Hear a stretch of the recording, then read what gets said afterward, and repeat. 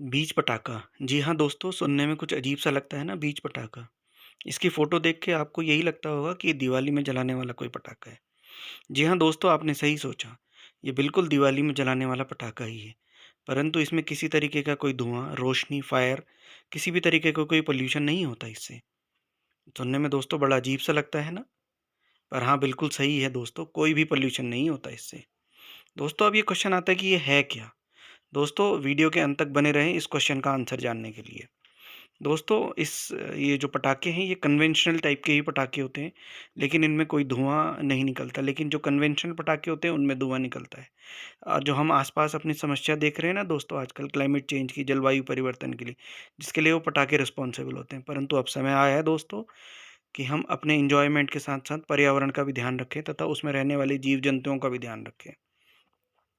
दोस्तों आपको जानकर आश्चर्य होगा कि इन बीज पटाखों से किसी तरीके की कोई रोशनी नहीं निकलती, न कोई आवाज़ निकलती है, बल्कि फल, फूल व सब्जियां निकलती हैं।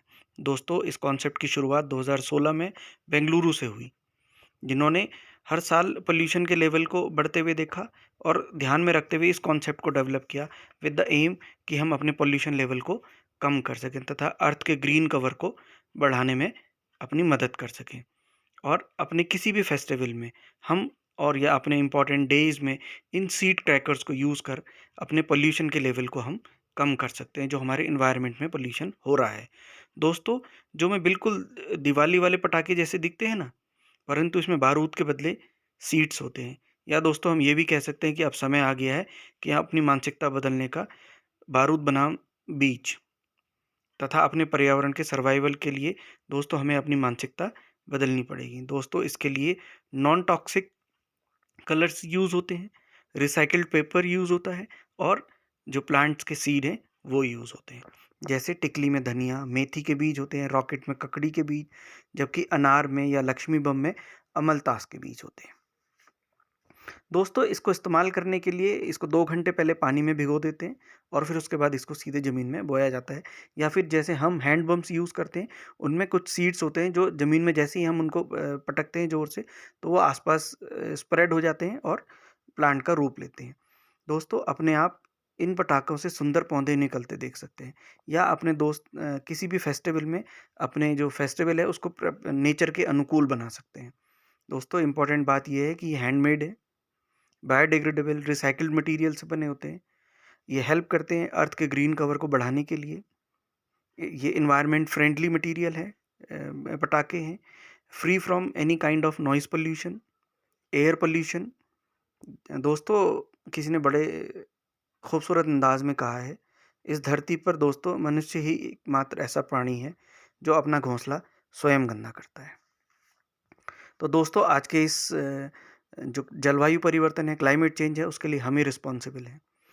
दोस्तों इस क्लाइमेट चेंज व जलवायु परिवर्तन को ध्यान में रखकर आज यह आवश्यकता है कि हम अपनी मानसिकता में परिवर्तन लाएं तथा अपने इन्वायरमेंट को स्वस्थ रखने के लिए अपनी थोड़ी सी मदद करें और इस सीड पटाखा बीज बम का इस्तेमाल करें, जिससे हम अर्थ के ग्रीन कवर को बढ़ा सकते हैं और बढ़ाने में अपनी छोटी सी भूमिका निभा सकते हैं, जिससे पर्यावरण ज़्यादा हेल्दी रहे, पोल्यूशन फ्री रहे, व केमिकल फ्री हो जाए।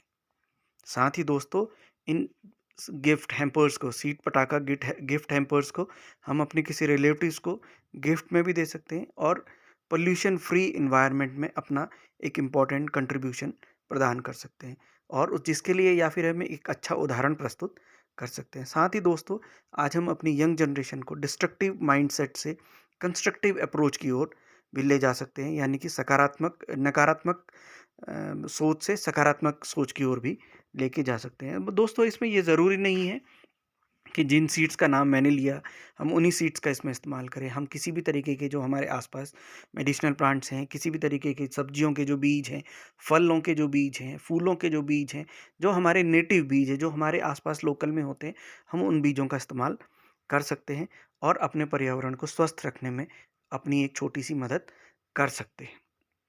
अब दोस्तों हम ही अपने पर्यावरण के लिए रिस्पॉन्सिबल है ना, तो हमें मदद भी अपनी खुद ही करनी पड़ेगी। लेकिन दोस्तों मैं जानता हूँ कि कई सारे लोग इस कॉन्सेप्ट से अभी वाकिफ़ नहीं हैं, क्योंकि यह जो बीज पटाखा है या इस तरीके का जो कॉन्सेप्ट के पटाखे हैं, हमारी जो नियर बाय मार्केट्स हैं, उनमें अवेलेबल नहीं हैं।